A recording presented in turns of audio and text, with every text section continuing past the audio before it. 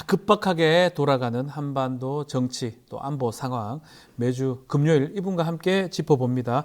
금요 시사계의 진보 달마대사 김종대 전 의원의 최강 디펜스 코너 시작해 보겠습니다. 김종대 전 의원 전화 연결돼 있습니다. 의원님, 예. 안녕하십니까? 안녕하십니까? 네, 의원님. 자, 예. 이 질문부터 한번 드려보겠습니다.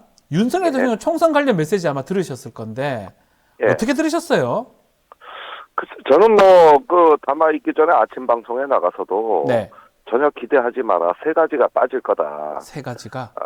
예, 반성, 혁신, 확장성. 이 세 가지가 누락돼 있을 거다. 예. 예, 일단은 반성을 하는 거는 자기 자신이 스스로 용납을 못하기 때문에 네. 사과나 반성은 없다. 음흠. 두 번째는 모든 걸 내려놓고 바꾸겠다. 이래야 되는데 그것도 불가능하다. 네.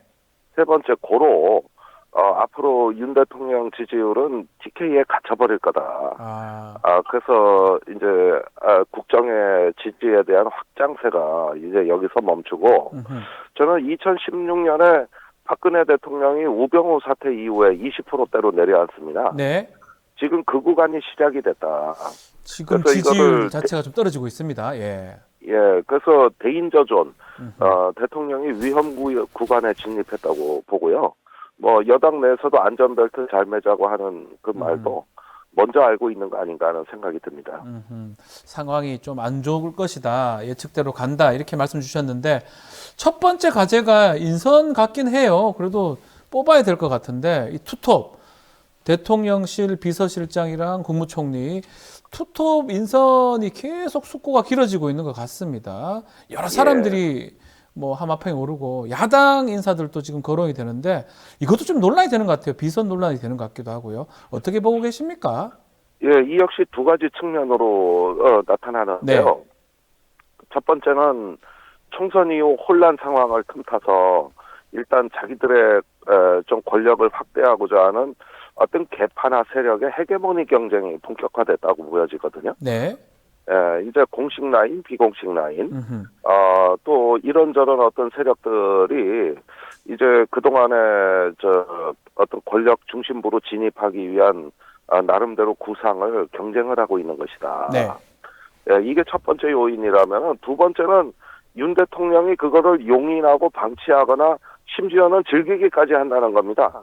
즐긴다고요? 네, 어떤 권위주의형 그 지도자한테 우리가 흔히 보는 모습인데, 네. 충성 경쟁을 시키거든요. 아. 그러니까 이거는 윤 대통령이 경로할 일이 아닌가 봐요. 이랬으면 다른 때 같았으면 벌써 대통령 경로 하고 누가 해결사로 나서고 이럴 건데, 네. 지금은 처음에 김부겸 의원의 국무총리설로부터 시작해가지고. 맞습니다. 예. 예, 지금까지 자고 일어나면 뉴스가 바뀌거든요. 이거는 대통령이 조장한 판이라고밖에 볼 수가 없고, 네.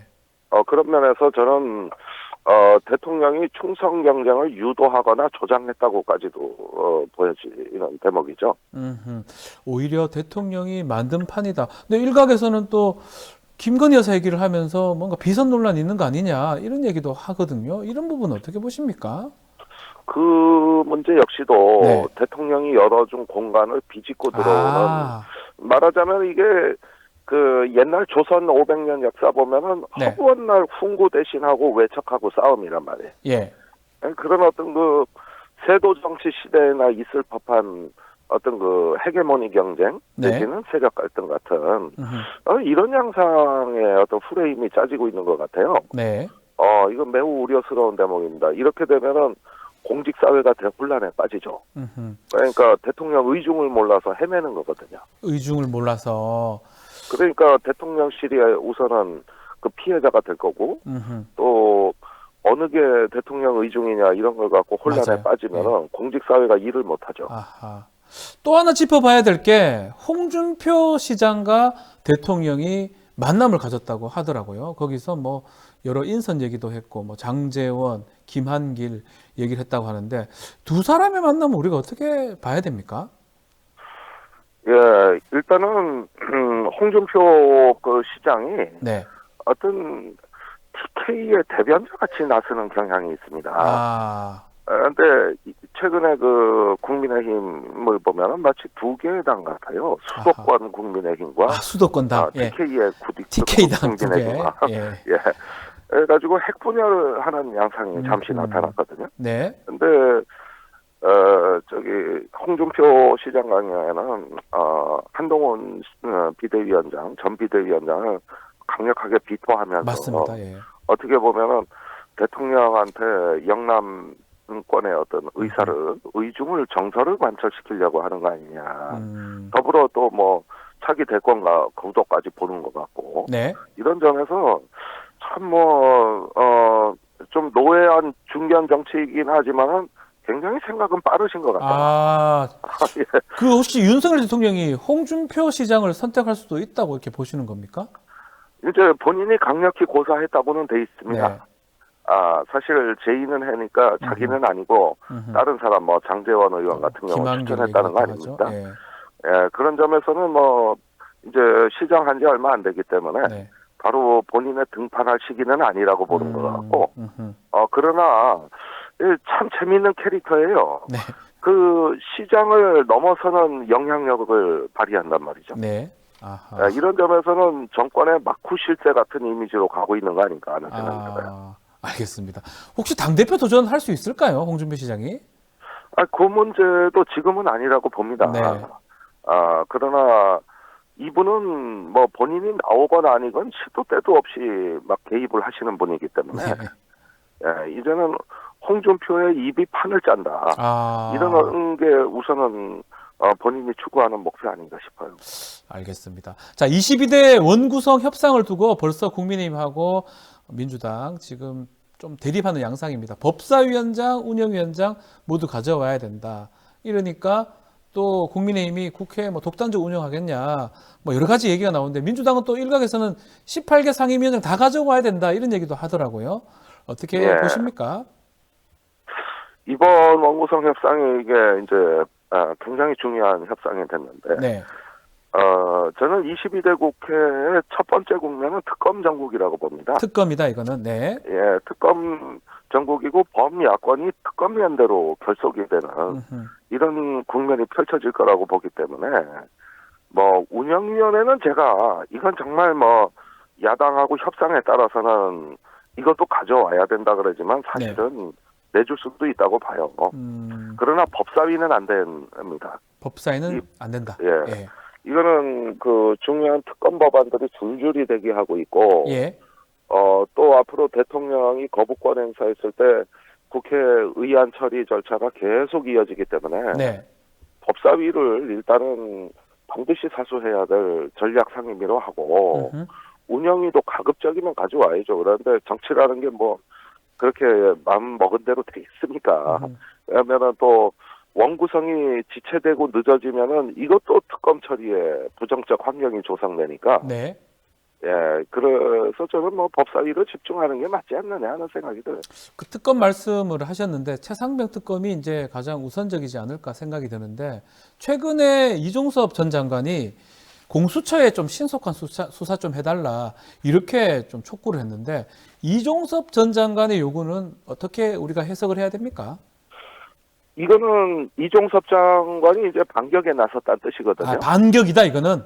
예, 반격이고 거기에다가 이 공수처 수사와 관계없는 얘기까지도 그 공수처에 보낸 의견서에 상당히 실려 있는데 자기는 특검 반대한다 이거예요.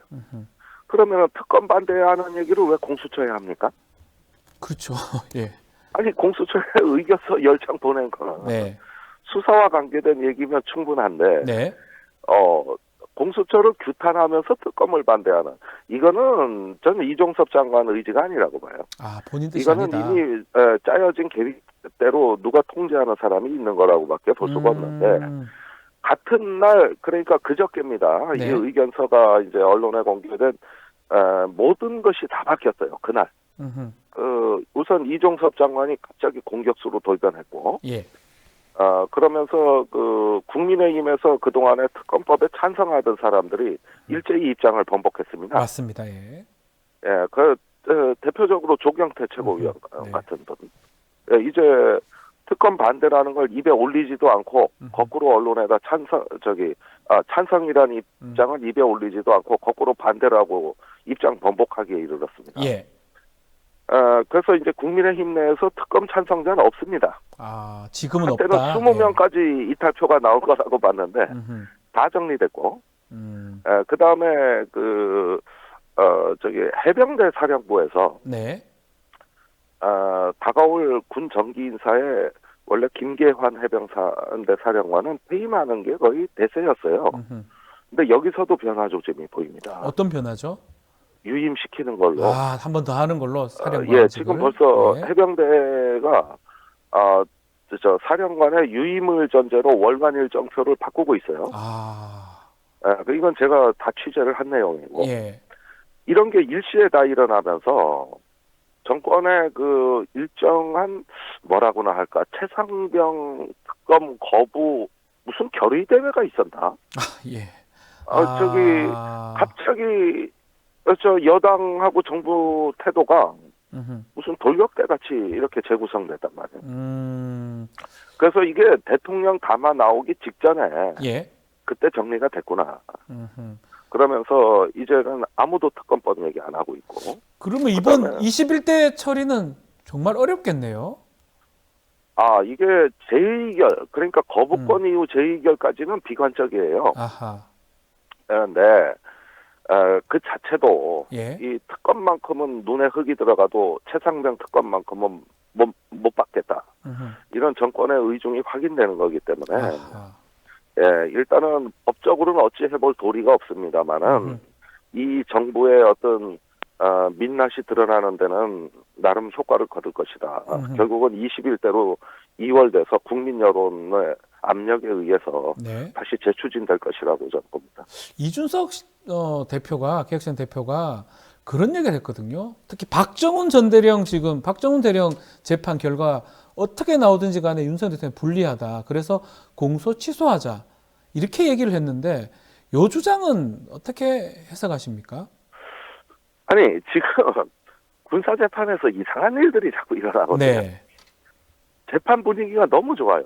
아, 지금 분위기가 좋다. 박정훈 대령 변호인들이 엄청 사기가 올랐습니다. 네. 그 재판부가 박정훈 대령에 계속 우호적이고, 그 다음에 1월, 2월 재판에서 검찰이 증거로 채택하지 않은 수사 자료들이 네. 변호인 요청에 의해서 대공개가 됩니다. 아. 엄청난 자료들이 방출이 되는데 주로 통화 기록이거든요. 예. 이걸 통해서 우리가 대통령실과 이종섭 장관의 외압이 사건이 거의 다 구성이 된 겁니다. 아. 그런데 재판 기록으로 나왔다는 거죠? 그렇습니다. 예. 그래서 그래서 이거는 재판부의 판단 없이는 불가능한데 예컨대 통신 기록 같은 경우는 네. 검찰이 증거 목록에 포함 안 시킨 걸 변호인들이 찾아내서 요청하니까 재판부 명령으로 공개된 거거든요. 아하. 이런 추세로 봤을 때 이번 재판 결과는 소신 있는 군 판사들이 어떤 양심적인 판결을 할 거라고 우리는 기대하고 있고, 네. 이렇게 됐을 때는 이제까지의 항명 사건에 대해서는 정당성이 이제 사라지는 것이거든요. 네.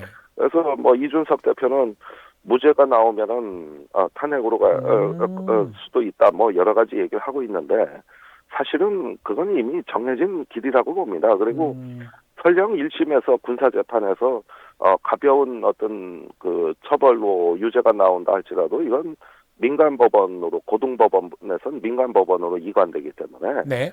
전 박 대령의 좋은 결과를 확신합니다. 그러면 책임을 물어야죠. 이때까지 이 소동을 만든 책임을 물어야죠. 그런 의미에서 예, 이 점에 관해서는 이종섭 전 장관도 말이 없습니다. 검찰에 보낸 그 의견서에 장황하게 특검 반대 얘기를 하면서도 네. 자기가 항명적으로 박정훈 대령을 수사한 거거든요. 그렇죠. 그런데 이런 지시를 내린 부분에 대해서는 일체 말이 없죠. 그렇죠. 처음 시작할 때 항명 수괴였어요. 예. 저도 군판사 잠깐 했었는데 이 항명 수괴죄 제가 본 기억이 한 번도 없었는데 뭐 지금은 항명죄긴 하지만 네. 그건 뭐 전시에는 사형에 처할 수 그렇죠. 있는 아주 중대한 범죄인데요. 중형을 네. 할 수 있는 제목이고 수괴는 빠집니다. 네. 빠져 있는 그래서 그냥 상황입니다. 항명죄로 되죠. 예. 자, 이게 총선 이후에 이제 정치 지형이 좀 바뀌었기 때문에 앞으로 이 사건 해결도 뭐 이 22대 국회 가면 긍정적으로 풀려갈 것이다. 의원님 그렇게 전망하시는 겁니까?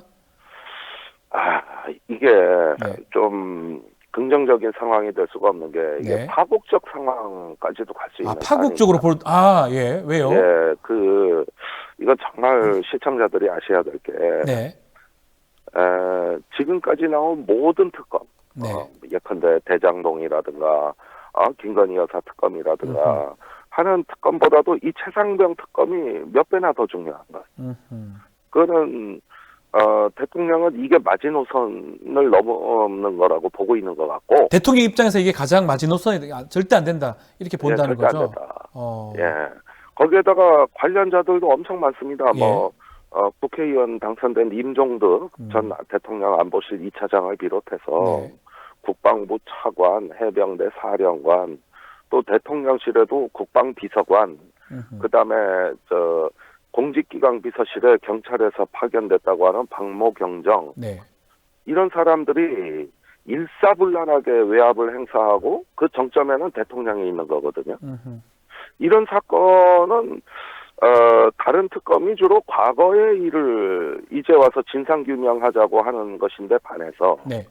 최상병 특검은 이 정부에서 현재 진행형으로 벌어진 일이고 지금 이 순간에도 외압은 계속되고 있거든요. 네.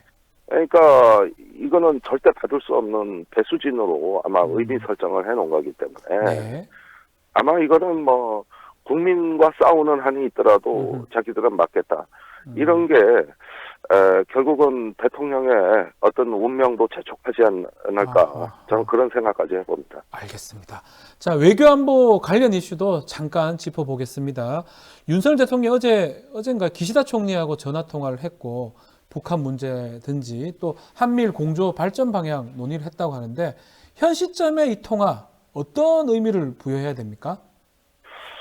예, 기시다 총리가 최근 자위대 지휘 체계를 변혁했어요. 네. 이제 자위대 올해 연말에 합동군 사령부가 탄생합니다. 그러니까 자위대가 사령부가 없는 군대였거든요. 없었습니까 이때까지? 예. 예, 그래서 육상, 해상, 맞아요. 공중 자위대가 따로 놀아가지고 예. 전투 행동을 조직할 수가 없는 군대였는데 이 문제가 해결이 되면서 주일미군 사령관도 삼성장군에서 사성장군으로 바뀐다는 관측까지 나오고 있거든요. 예. 그래서 미일 동맹이 이제는 전쟁할 수 있는 동맹으로 바뀝니다. 이거는 지금까지 일본이 여러 가지 방위비를 늘리고 무기를 도입했던 것보다도 훨씬 중요한 변화인데 네. 이 이야기는 미국, 일본이 대만 사태에 합동으로 대응할 수 있는 준비를 갖춘다는 뜻입니다. 그런데 계속 한국을 재촉하는 거예요. 아직까지 한국이 응답이 없었거든요. 네. 그러면은 속내는 이거죠. 여태까지 한미일 한 거는 대만의 해협 사태에 공동 대응하자고 여태까지 안보 협력을 해왔는데 네. 맨 사이버 안보를 한다, 무슨 북한 핵미사일 대비를 한다, 무슨 또 공해상에서 인도 지역 지원을 한다. 이런 너절너절한 거 말고 이제 본론으로 좀 돌아가자. 우리가 애시당초 안보 협력하자고 한 인도 태평양 전략의 핵심은 예. 대만 사태다. 대만, 네, 중국과 대만, 네. 이걸 올해 안에 자꾸 한국 정부로부터 답변을 듣겠다는 압박이 들어오고 있었고 최근에는 한국을 빼고 미일 간에 이 이야기가 깊숙이 진행되고 있었던 겁니다. 네. 그러다 보니까 한국 대통령을 독촉을 하는 건데 거기다가 한국 대통령 지지율도 낮고 선거에서 참패해서 이제 대답할 시간도 많지 않은 것 같은데 그러다 보니까 이제는 안보 협력의 내용이 달라져요. 저는 3국이 이제 공동 군사 훈련을 계속해 왔기 때문에 네. 이제 그 목적을 분명히 하자. 우리가 왜 공동 군사 훈련을 했느냐? 이런 부분에서 한국 정부에 대한 압박의 시간이 왔다. 예. 자, 그런 상황에서 지금 독도 일본 땅이라 이런 주장 계속 하거든요. 이것도 압박 차원인 건가요? 우호적으로 가야 되는 거 아닙니까? 그러면 한일 간에. 아니 그러니까 지금까지 우리가 물에 반컵을 채워줬더니 자기들이 반컵 지금 더 해야 되잖아요.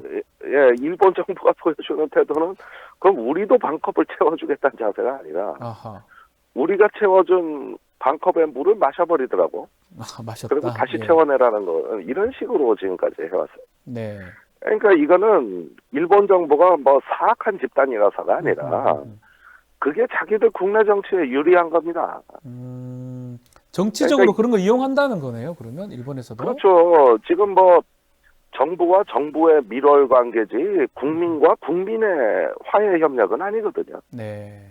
오히려 반항 감정은 더 커지거나 요지부동인데 네. 그렇게 되니까 자기들 정치에 유리한 건 뭐냐면 한국으로부터 뽑아낼 걸 다 뽑아내서 이걸 국내 정치의 외교의 성과로 포장해내는 거 여기에 거의 뭐 재미가 들려 있다고 해도 과언이 아닌 거죠. 재미가 들려 있다.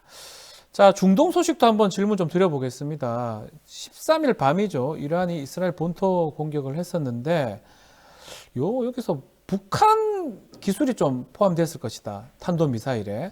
요 가능성이 있다고 분석을 내놓았는데 어떻습니까? 의원님? 예, 이란하고 북한은 오래전부터 군사교류를 해왔고 특히 기술은 주로 이란과 북한의 미사일 체계가 아주 유사하거든요. 그러니까 그럴 개연성은 일단 인정을 해야 됩니다. 네. 근데 여기서 우리가 알아야 될 것은 이번에 이란이 340발의 로켓을 발사했습니다. 맞습니다. 예. 예, 그 중에 170발이 드론이고, 아. 샤헤드라는 드론이고, 20발이 순항미사일이고, 예. 그 다음에 120발이 탄도미사일인데, 요걸 순서대로 발사했단 말이죠. 네. 그래서 이거는 러시아가 우크라이나를 공격하던 양상하고 똑같습니다. 그런데 우크라이나는 러시아가 이런 식으로 공격할 때 46%밖에 요격을 못하고 54%는 얻어맞았어요. 예. 그게 막대한 피해를 줬는데 이번에 이스라엘은 90%를 막아냈습니다. 네, 막아냈습니다. 그래서 피해가 거의 없었습니다. 그렇게 보면은 지금은 이란이 이제 이런 어떤 교전의 교훈을 거의 분석을 하고 있는 상황이기 때문에 네. 탄도미사일은 종결자로 알고 썼는데 그것까지 막아내더라. 근데 이건 이스라엘이 막은 게 아니라 미국, 영국, 프랑스, 요르단이 막아낸 거거든요. 같이 막은 것이다. 예. 예, 그래서 이런 교훈을 면밀히 봤을 때 이제는 극초음속 미사일이나 더 신형 미사일 쪽으로 군사협력이 추진될 가능성도 있고 아하. 또 북한이 러시아하고 밀착하면서 왜 지역마다 똑같은 무기를 썼는데 결과는 다른가 이런 점에 북한은 비상한 관심을 갖고 있죠. 네. 그래서 아마도 어떤 식으로든 조금 무언가 이란과 북한 관계는 단순한 군사교류 이상으로 상당한 의미, 전략적인 의미를 앞으로 부여받을 것으로 좀 봅니다. 말씀처럼 그러면 러시아가 우크라이나 공격할 때 시스템하고 비슷하다면 러시아를 중심으로 이란, 북한 삼각적인 기술 협력 가능성이 있는 겁니까? 예, 이게 이제 말하자면 반미 연대인데. 아, 미국 반미 연대. 예. 이게 김정은 위원장의 핵심 전략이죠. 그런데 지금까지 이란은 주로 무장단체인 헤즈볼라라든가 네. 후티 방군이라든가 이슬람 지하드 같은 이런 어떤 비국가 무장단체를 수적으로 거느려 왔거든요. 네.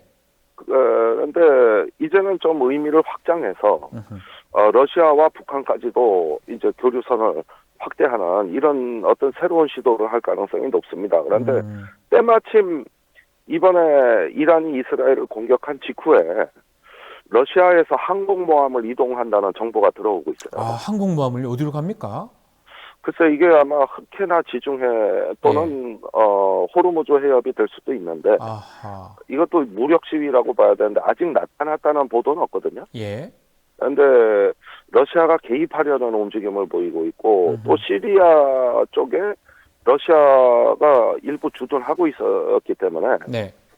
그 IS를 격퇴한다는 데서는 여태까지 미국하고 협조를 해왔지만 이란 때문에 그 협력 관계가 깨지고 네. 이제는 중동이 다시 그 불안이 증폭되는 우리가 여태까지 봤던 것과는 전혀 다른 불안감이 조성되고 있다. 이건 앞으로 한국의 그 에너지 공급망에도 심대한 영향을 미칠 유류. 매우 예. 중대한 어떤 그 변수가 출현했다고 저는 봅니다.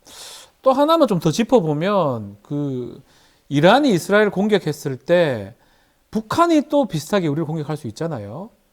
우리가 충분히 뭐 이스라엘이나처럼 이렇게 방어할 수 있는 능력 갖고 있는지 이 부분이 좀 전혀 궁금합니다. 다릅니다. 예. 다릅니까? 예, 우선 이란이 이스라엘 공격하는데 그 비행거리가 1000km입니다. 멀죠. 이란하고 이스라엘 거리가 너무 멀죠. 예. 예, 1000km면은 북한에서 일본도 넘어가는 거리거든요.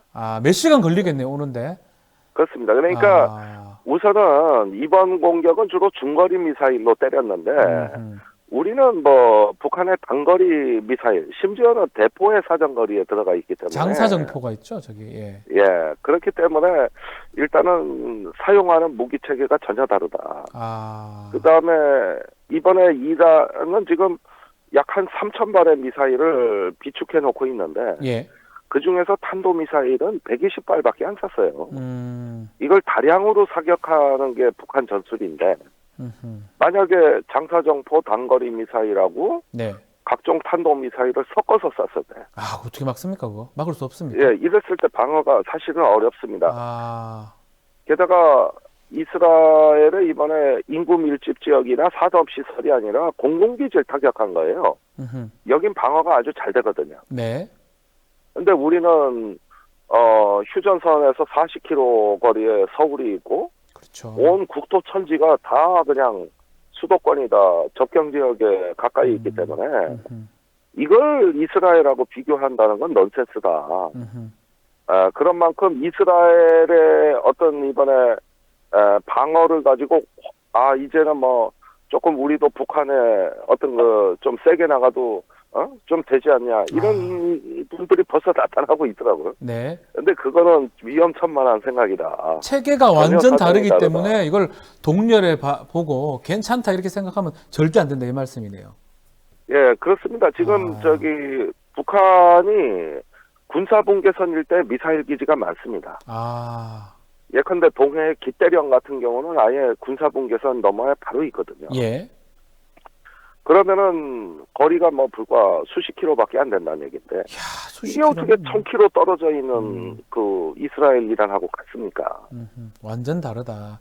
완전 다르죠. 좀 전에 짚어주신 내용이요. 그 러시아 이제 항공모함 이동하고 있다. 아직 뭐 포착은 안 되고 있는데 그렇게 된다 그러면 유가 등등으로 지금도 뭐 쉽지 않은데 아주 어려운 상황으로 봉착할 수 있다 이렇게 전망을 하시는 겁니까?